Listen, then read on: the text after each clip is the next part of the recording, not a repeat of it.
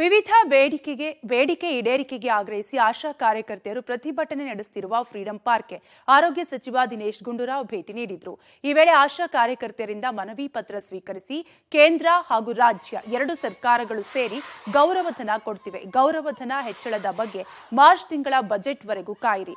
2 ದಿನದಲ್ಲಿ ಪ್ರತಿಭಟನೆ ವಾಪಸ್ ಪಡೀರಿ, ಇಲ್ಲದಿದ್ರೆ ನಿಮ್ಮಿಷ್ಟ ಅಂತ ದಿನೇಶ್ ಗುಂಡೂರಾವ್ ಹೇಳಿ ಹೊರಟು ಹೋದ್ರು.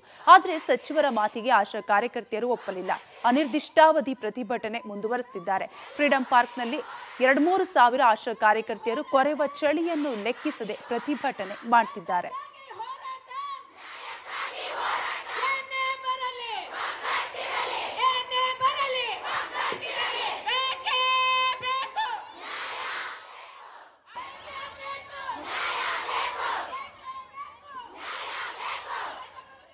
ಚಿತ್ರದುರ್ಗದ ರೇಣುಕಾಸ್ವಾಮಿ ಕೊಲೆ ಪ್ರಕರಣದಲ್ಲಿ ಬೇಲ್ ಪಡೆದಿದ್ದರೂ ನಟ ದರ್ಶನ್ಗೆ ಸಂಕಷ್ಟ ತಪ್ಪಿಲ್ಲ. ದರ್ಶನ್ ಬೇಲ್ ರದ್ದು ಕೋರಿ ಸುಪ್ರೀಂ ಕೋರ್ಟ್ಗೆ ಪೊಲೀಸರು ಅರ್ಜಿ ಸಲ್ಲಿಸಲಿದ್ದಾರೆ. ಪೊಲೀಸರು ಸಲ್ಲಿಸಿರುವ ಮೇಲ್ಮನವಿ ಅರ್ಜಿ ಶೀಘ್ರದಲ್ಲೇ ವಿಚಾರಣೆಗೆ ಬರಲಿದೆ.